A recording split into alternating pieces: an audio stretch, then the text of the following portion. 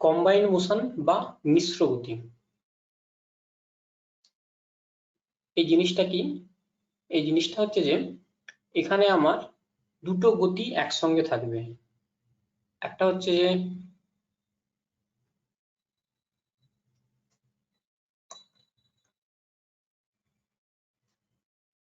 Translation বা রৈখিক গতি, আরেকটা হচ্ছে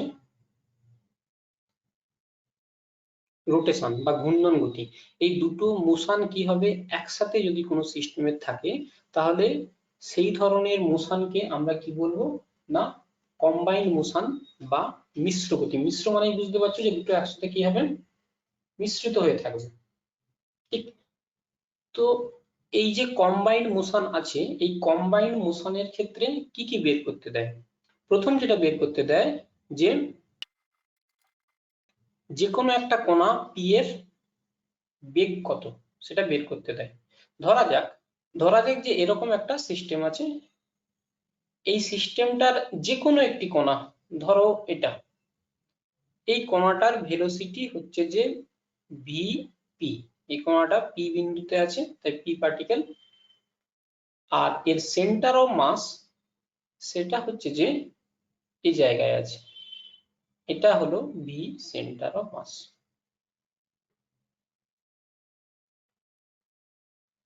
তাহলে যখন ওই সিস্টেমটা বা রিজিড বডিটা কম্বাইন্ড মোশনে যাবে, তো সেক্ষেত্রে আমরা একটা রিলেশন পেতে পারি। সেটা প্রথমে রিলেটিভিটির যে কনসেপ্ট আছে সেই কনসেপ্টটাকে কাজে লাগাবো। রিলেটিভিটির একটা কনসেপ্ট কি বলা হয়েছে, সেটা হচ্ছে এরকম, V of P with respect to C, অর্থাৎ পি কণাটার বেগ সি এর সাপেক্ষে। সেটা আমরা জানি ডেফিনেশন অনুযায়ী, রিলেটিভিটি ডেফিনেশন অনুযায়ী V of P minus V of C. এখন এটাকে যদি রিঅ্যারেঞ্জ করে নিই তাহলে আমরা কি পাবো, V of P is equals to v of c plus v of p with respect to c। এটা খুবই গুরুত্বপূর্ণ একটা কনসেপ্ট, এটাকে মাথায় রাখতে হবে।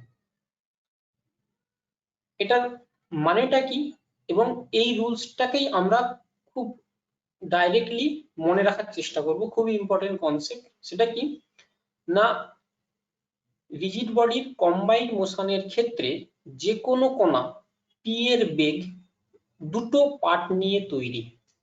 প্রথম পার্ট হচ্ছে যে velocity of centre of mass, অর্থাৎ ভরকেন্দ্রের বেগ, আর দ্বিতীয় পার্ট সেটা হচ্ছে যে ভরকেন্দ্রের সাপেক্ষে ওই বিন্দুটার বেগ। এবং আমরা রিজিড বডির ক্ষেত্রে অলরেডি আগে শিখে নিয়েছি যে রিজিড বডির কোনো একটা বিন্দুর সাপেক্ষে অপর একটা বিন্দুর যদি আপেক্ষিক বেগ ধরে নেওয়া হয় তাহলে সেটা হয় কি, তার কৌণিক বেগের সঙ্গে একটা সম্পর্ক আছে। সম্পর্কটা কি না, সেটাকে এরকম করে বলতে পারি, V of P with respect to C is equals to omega cross R. এবং ওমেগাটা প্রতিটা পার্টিকেলের ক্ষেত্রে সেম, অলরেডি বলে দিয়েছি। তার মানে এইটাও আমরা লিখতে পারি V of P is equals to V of C plus omega into R. অর্থাৎ আবার আমি এই কথাটা রিপিট করছি, খুব ইম্পর্টেন্ট কথা, কম্বাইন্ড মোশনের ক্ষেত্রে যে কোনো কণার বেগ দুটো অংশ নিয়ে গঠিত। একটা হচ্ছে যে তার ভর কেন্দ্রের বেগ, আরেকটা হচ্ছে তার ভর কেন্দ্রের সাপেক্ষে ওই কণাটার বেগ। এটা খুব গুরুত্বপূর্ণ কনসেপ্ট, মাথায় রাখবে। এর পরের কনসেপ্ট যেটা, acceleration of any particle P, অর্থাৎ যে কোনো কণার ত্বরণের পরিমাণটা কত হবে সেটা আমাদের জেনে নিতে হবে। সেটাও একই জিনিস। সেটা কিরকম হবে সেটা একটু অবজার্ভ করো। আগের মতোই কিরকম, প্রথমে আপেক্ষিক বেগের ধারণা আনবো, A of P with respect to C, ভরকেন্দ্রের সাপেক্ষে ওই পি কণাটার ত্বরণ is equals to A of P minus A of C. এখান থেকে বলতে পারি A of P is equals to a of c plus a of p with respect to c। এবার দেখো এই যে পার্ট আছে, এই পার্টটা কি না ভরকেন্দ্রের সাপেক্ষে পি বিন্দুর ত্বরণ। আর আমরা রোটেশনাল মোশনে একটা জিনিস পেয়েছিলাম, সেটা কি ছিল, a is equals to alpha cross R plus omega cross V. এটা পিওর রোটেশনের মোশনের ক্ষেত্রে আমরা এই কনসেপ্টটা পেয়েছিলাম, এবং এটাকে বলেছিলাম ট্যানজেনশিয়াল অ্যাক্সেলারেশন, আর এটাকে বলেছিলাম রেডিয়াল অ্যাক্সেলারেশন। ঠিক, তাহলে এটা রোটেশনের জন্য পার্টিসিপেট করছে, কারণ কি দেখো সেন্টার অফ মাসের সাপেক্ষে পি বিন্দুর মোশন। তো আমি কি বলেছিলাম, রিজিড বডির ক্ষেত্রে যদি কোনো একটা পয়েন্টের সাপেক্ষে অন্য একটা পয়েন্টের মোশন কনসিডার করা হয়, তাহলে সেক্ষেত্রে সেটা কি হয় না পিওর রোটেশনের মোশনে যায়। তার মানে এটা রোটেশনাল মোশনের জন্য যদি কন্ট্রিবিউশন হয়, তার মানে এটা দুটো পার্ট, এই পার্টটা আর এই পার্টটা নিয়ে গঠিত। অর্থাৎ আমি এই পার্টটাকে এরকম করে লিখতে পারি, সেটা কিরকম, a of p is equals to a of c plus a of p with respect to c এর translational part plus a of p with respect to c এর রেডিয়াল পার্ট। ঠিক আছে, আরেকটা লাইন লিখে দিচ্ছি, a of c plus translational part কি বলেছিলাম, alpha cross R, alpha cross R, আর radial part omega cross V. এইবার যে কথাটা খুবই গুরুত্বপূর্ণ এবং যেটাকে আমাদের মনে রাখতে হবে, সেটা আগের মতোই। আগে আমরা কি পেয়েছিলাম যে কোনো একটা কণার বেগ দুটো পার্ট নিয়ে তৈরি, একটা ভরকেন্দ্রের বেগ আর একটা হচ্ছে ভরকেন্দ্রের সাপেক্ষে ওই কণার বেগ। সিমিলারলি কোনো একটা কণার ত্বরণ তিনটে পার্ট নিয়ে তৈরি, একটা হচ্ছে ভরকেন্দ্রের ত্বরণ, একটা হচ্ছে ভরকেন্দ্রের সাপেক্ষে ত্বরণের স্পর্শকীয় উপাংশ ট্যানজেনশিয়াল পার্ট, আরেকটা হচ্ছে ভরকেন্দ্রের সাপেক্ষে ত্বরণের রেডিয়াল বা কেন্দ্রীয় পার্ট। তাহলে কি দাঁড়ালো, বেগ হচ্ছে যে দুটো পার্ট নিয়ে তৈরি, একটা ভরকেন্দ্রের বেগ এবং ভরকেন্দ্রের সাপেক্ষে কণাটার বেগ, আর ত্বরণ হচ্ছে যে তিনটে পার্ট নিয়ে তৈরি, ভরকেন্দ্রের বেগ, ভরকেন্দ্রের সাপেক্ষে কণার ট্যানজেনশিয়াল পার্ট আর রেডিয়াল পার্ট। এই দুটো কনসেপ্ট খুব গুরুত্বপূর্ণ, মনে রাখতে হবে। তৃতীয় পার্ট যেটা, সেটা হচ্ছে যে total energy in combined motion. Combined মোশনের ক্ষেত্রে মোট শক্তি, অর্থাৎ এখানে কাইনেটিক এনার্জির কথা বলা হয়েছে, মোট কাইনেটিক এনার্জির পরিমাণ কত। অলরেডি আমি আগে বলে দিয়েছি যে কম্বাইন্ড মোশন, যেটাকে মিশ্র গতি বলেছি, সেই মিশ্র গতিটা দুটো পার্ট নিয়ে তৈরি, একটা হচ্ছে ট্রান্সলেশনের জন্য আর একটা হচ্ছে রোটেশনের জন্য। তাহলে এখানে যদি এনার্জির কথা বলা হয়, তাহলে সেই এনার্জি দুটো পার্ট নিয়ে তৈরি হবে, একটা হচ্ছে ট্রান্সলেশনের জন্য এনার্জি আর একটা হচ্ছে রোটেশনের জন্য এনার্জি। তাহলে এক্ষেত্রে আমরা এরকম করে লিখি যে ওই রিজিড বডির টোটাল এনার্জি, কাইনেটিক এনার্জি যে পরিমাণটা, সেটা হচ্ছে যে হাফ, দুটো পার্ট নিয়ে তৈরি, সেটা হচ্ছে যে সেন্টার অফ মাসের ট্রান্সলেশনাল মোশনের জন্য এনার্জি, এটাকে বলা হয় ট্রান্সলেশনাল পার্ট। আর এটা হচ্ছে সেন্টার অফ মাসের সাপেক্ষে, সেন্টার অফ মাস দিয়ে কোনো যদি অ্যাক্সিস হয়, সেই অ্যাক্সিসের সাপেক্ষে ওটার কাইনেটিক এনার্জি হবে রোটেশনাল কাইনেটিক এনার্জি, সেটাই হচ্ছে এই পার্টটা। তার মানে এটা হলো তোমার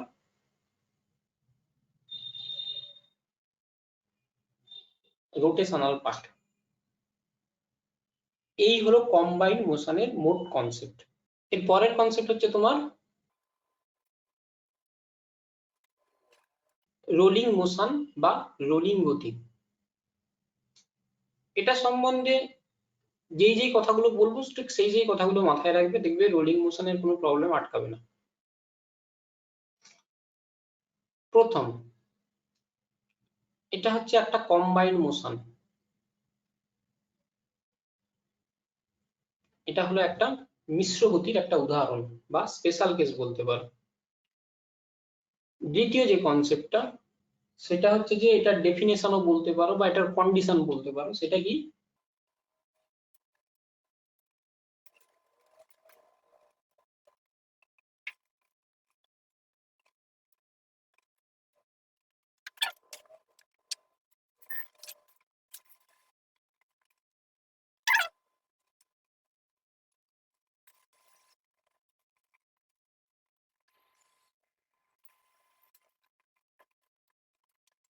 দেখা যাক কি বলা হয়েছে। A body is said to be in rolling motion. Rolling মোশনে তখনই বলা হবে যদি, এবং এই জিনিসটা মাথায় রাখবে যে রোলিং মোশন শুধু বললাম রোলিং ওভার এ সারফেস, কোনো একটা সারফেসের উপরে, তাহলে অবশ্যই বডিটাকে কোনো একটা সারফেসের উপরে থাকতে হবে, এবং যদি surface in contact do not slide relative to each other, অর্থাৎ দেখো ধরো এই একটা বডি আছে, এই করছে কি, এই যে অবজেক্ট আছে এর রেসপেক্টে রোলিং মোশনে আছে, ঠিক?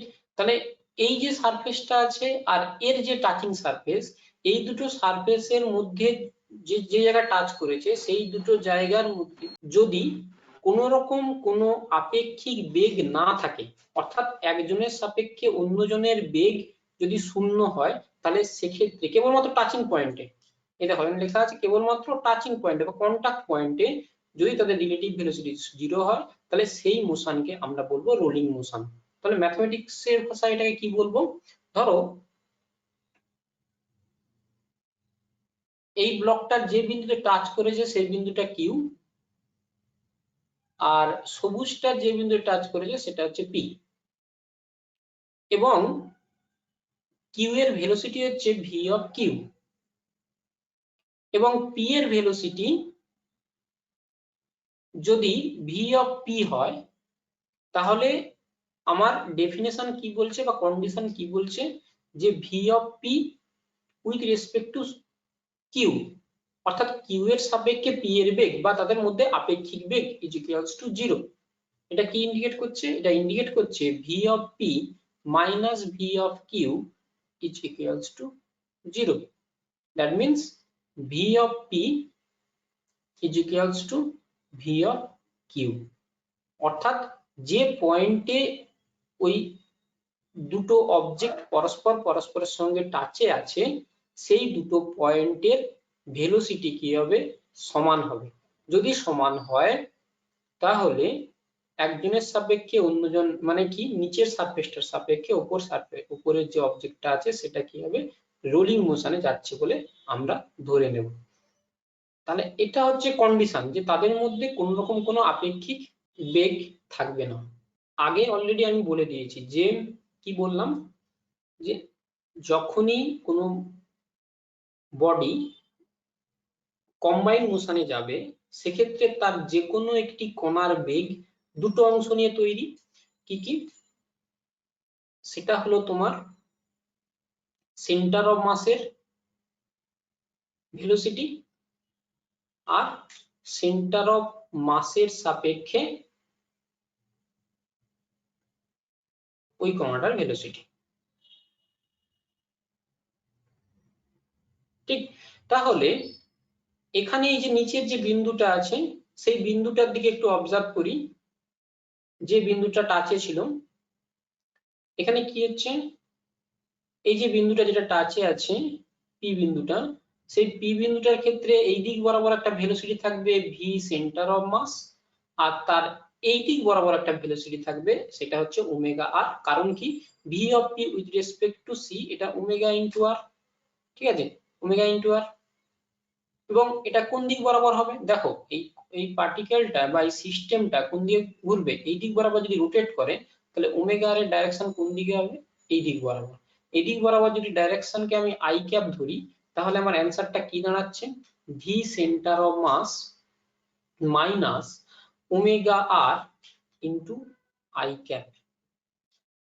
তার মানে যে বিন্দুতে টাচে আছে সেই বিন্দুর ক্ষেত্রে, এটা তো জেনারেল কেস, কিন্তু যে বিন্দুতে টাচে আছে এখন সেই বিন্দুর ক্ষেত্রে আমরা ভেলোসিটিটা এটা পাচ্ছি। এবং কি বললাম যে রোলিং মোশনের ডেফিনিশন অনুযায়ী এটাই হচ্ছে যে ভি কিউ। তাহলে এটা হয়ে গেল তোমার রোলিং মোশনের ক্ষেত্রে একটা কন্ডিশন। এটাকে মাথায় রাখবে, এটা হলো জেনারেল কেস। এইবার যদি আমার নিচের যে সারফেস আছে, এই সারফেসটার কথা বলছি, এই সারফেসটার যদি ভেলোসিটি 0 হয় বা 0 হয়, সেক্ষেত্রে আমার অ্যান্সারটা কিরকম দাঁড়াবে, সেই অ্যান্সারটাই খুব ইন্টারেস্টিং এবং সেটাই বেশিরভাগ ক্ষেত্রে প্রবলেমে আসে। অর্থাৎ এই টার্মটা ভি কিউ জিরো মানে কি, এখানে VP zero, VP is equals to zero, অর্থাৎ V centre of mass minus omega R is equals to zero. এটা কি ইন্ডিকেট করছে? এটা ইন্ডিকেট করছে V centre of mass is equals to omega R. অর্থাৎ এতদিন ধরে আমরা যেটা পড়ে আসছিলাম V centre of mass is equals to omega R, সেই কন্ডিশনটা তখনই স্যাটিসফাই করবে, প্রথমত এটা রোলিং মোশন কন্ডিশন স্যাটিসফাই করবে, এবং তার সাথে সাথে কি দ্বিতীয় যেটা, সেটা হচ্ছে যে নিচের যে সারফেস আছে বা যে মেঝের উপর দিয়ে এটা রোল করছে, সেই মেঝেটার ভেলোসিটিটা হবে জিরো, অর্থাৎ সেটা ফিক্সড কন্ডিশনে থাকবে। ঠিক আছে, তো এই কন্ডিশন যদি স্যাটিসফাই করে তাহলে আমরা এই ইকুয়েশনটা লিখতে পারি V of CM is equals to omega into R. এরপরে দ্বিতীয় যে কনসেপ্টটা আমি বললাম, যে কি কি বললাম, যে কম্বাইন্ড মোশনের ক্ষেত্রে দুটো জিনিসের উপর কনসেন্ট্রেট করি, তিনটে জিনিসের উপর কনসেন্ট্রেট করি। একটা হচ্ছে তোমার ভেলোসিটি, অ্যাক্সিলারেশন আর এনার্জি। ভেলোসিটি অলরেডি বললাম, তাহলে যে কোনো কণার ত্বরণটা কি হবে সেটাও আমি অলরেডি পড়ে নিয়েছিলাম। সেটা কি বলেছিলাম, যে তিনটে পার্ট নিয়ে তৈরি। একটা হচ্ছে যে তোমার সেন্টার অফ মাসের, তারপর সেন্টার অফ মাসের রেসপেক্টে ট্যানজেনশিয়াল পার্ট, আরেকটা বলেছিলাম সেন্টার অফ মাসের রেসপেক্টে রেডিয়াল পার্ট। এখন আমি এই কন্ডিশন নিয়ে চলছি, V of Q is equals to zero.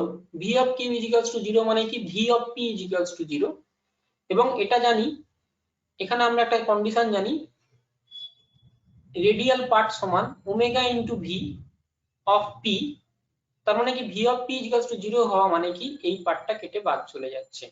অর্থাৎ ইকুয়েশনটা আমার এরকম দাঁড়াচ্ছে, a of P is equals to a centre of mass plus,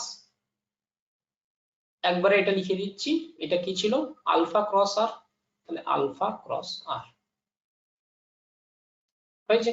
তাহলে এই ইকুয়েশন দুটো স্যাটিসফাই করবে যদি আমার মেঝেটা স্থির হয়।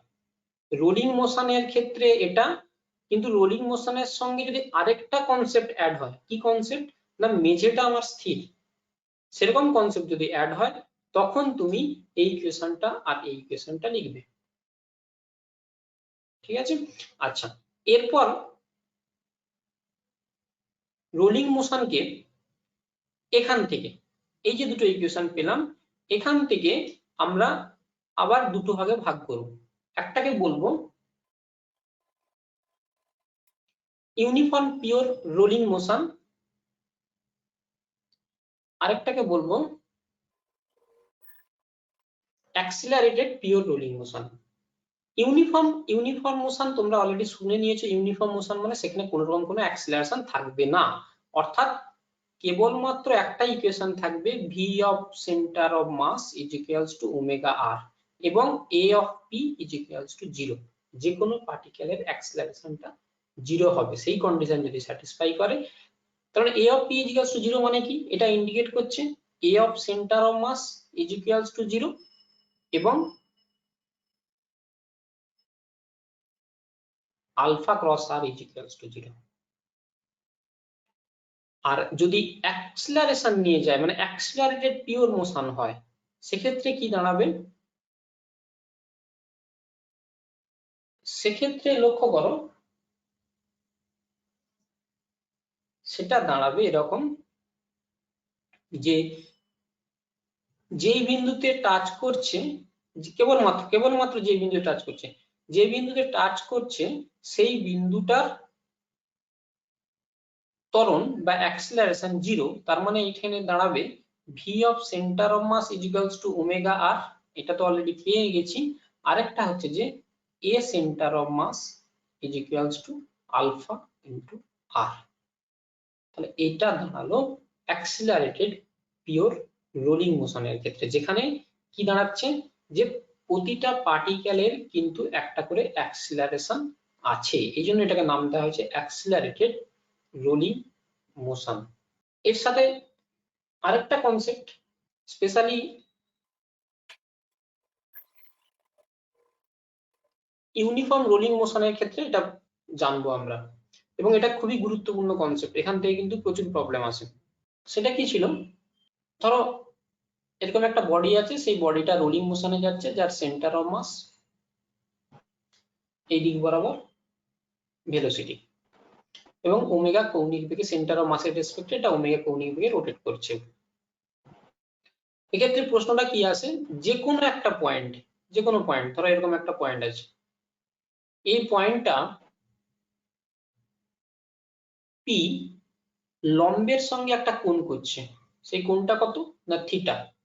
তাহলে ওই পয়েন্টের ভেলোসিটির মানটা, ইকুয়েশন কি হবে, এবং অবশ্যই এখানে একটা স্পেশাল কন্ডিশন যেটা, এটা হচ্ছে pure rolling motion, uniform pure rolling motion বলেছি। ইউনিফর্ম পিওর রোলিং মোশনের ক্ষেত্রে কি হবে, যে মেঝের উপর যাচ্ছে সেই মেঝের ভেলোসিটিটা জিরো, এরকম কন্ডিশন যদি হয়, তাহলে সেক্ষেত্রে আমরা ইকুয়েশনটা কি লিখতে পারি, জেনারেল রুলস অলরেডি বলে দিয়েছি। সেটা কি বলেছিলাম, যে কোনো পার্টিকেলের ভেলোসিটি দুটো পার্ট নিয়ে তৈরি, সেন্টার অফ মাসের ভেলোসিটি প্লাস সেন্টার অফ মাসের রেসপেক্টে ভেলোসিটি। এটা যদি মান লিখি, এবং এটা আমরা জানি, এটা কি জানি, ওমেগা ইন্টু আর। তো এটা যদি ভ্যালু নিয়ে কাজ করি, সেটা কিরকম দাঁড়াবে, V P square is equals to V centre of মাসের square plus omega square R square plus 2 V centre of mass omega R, এবং কস থিটা, থিটাটা হচ্ছে তাদের মধ্যবর্তী কোণ। এখানে একটু অবজার্ভ করো, দেখো এই যে পার্টিকেল, এই পার্টিকেলের ভেলোসিটি কি কি পার্ট নিয়ে তৈরি, সেন্টার অফ মাসের ভেলোসিটি একটা, আর সেন্টার অফ মাসের রেসপেক্টে অর্থাৎ ওমেগা ইন্টু আর, এটা একটা ট্যানজেনশিয়ালি হয়, স্পর্শক বরাবর হয়। এখন দেখো এই যে রেখাটা দেখতে পাচ্ছ, এর উপর লম্ব হচ্ছে এই রেখাটা, আর এই যে রেখা দেখতে পাচ্ছ এর উপর লম্ব হচ্ছে এই রেখাটা, তাহলে এদের মধ্যবর্তী কোণ কি হবে, সেটাও থিটা হবে, ওই জন্য আমরা থিটা করে দিয়েছি। আরেকটা কি জানি, যেহেতু এই কন্ডিশনটা স্যাটিসফাই করছে এবং পিওর রোলিং মোশন, তার মানে আমরা বলতে পারি V centre of mass is equals to omega R.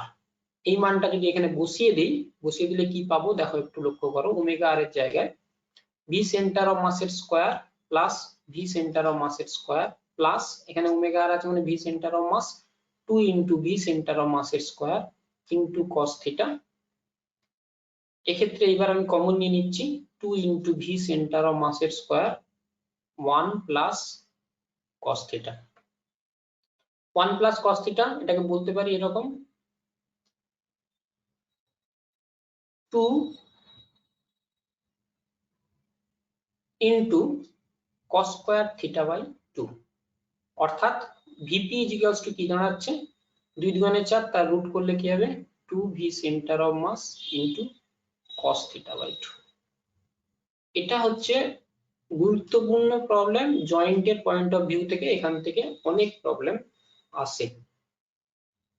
Uniform pure rolling এর ক্ষেত্রে যে কোনো পার্টিকেলের ভেলোসিটি এই ইকুয়েশন স্যাটিসফাই করবে, এটাকে মনে রাখবে।